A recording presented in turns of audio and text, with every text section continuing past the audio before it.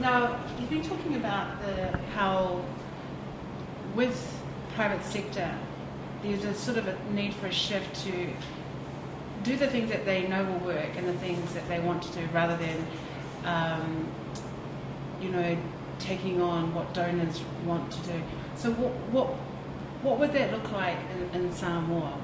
So when a donor wants something, in particular projects, climate change mitigation is a really good example of that. What's your advice to our private sector in terms of putting forward proposals that they know will work in the Samoan context? Yes, I think the first thing is to really understand what our needs are. That's critical. So the private sector actually have to come together and really identify what the key priority needs are. And then I guess we could almost, within ourselves, within the private sector, put together a model that we believe will work best for us, and then maybe take that across to our donor partners and development partners and see how they can build in their assistance into the frameworks that we are proposing for the deliverance of these developmental projects or initiatives. I think one message that came through today over the last couple of days was that there appears to be a disconnect between the private sector wants and needs and the actual development programs or assistances that are being offered. A lot of times we are gearing our proposals, I guess, use that word, to what the donor requirements are. What we would like to see more is the donors actually, I guess, gearing their developmental initiatives around what our actual needs are. And why is that important? I think that's very important because by doing it that way, we will then have doable and durable partnerships. Where it's the assistance is actually geared directly or specifically towards what our needs are.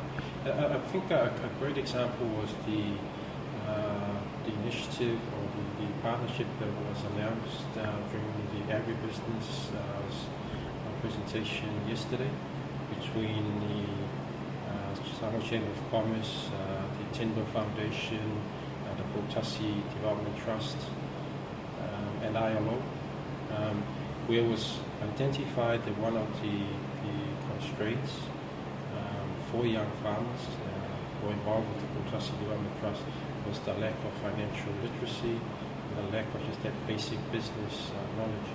And so through that partnership, Chamber will now provide the financial and business training for these young farmers.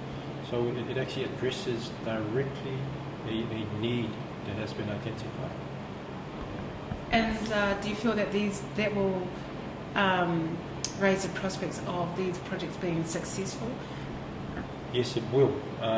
But also it goes hand in hand. There's also other initiatives in terms of financial inclusion. And it's been identified that one of the barriers, I guess, for expanding financial inclusion is the lack of financial knowledge, basic accounting knowledge, management knowledge, business management knowledge. So this also goes, not only does it meet the needs of these young farmers, but it also meets the bigger developmental agendas such as financial literacy and financial inclusion.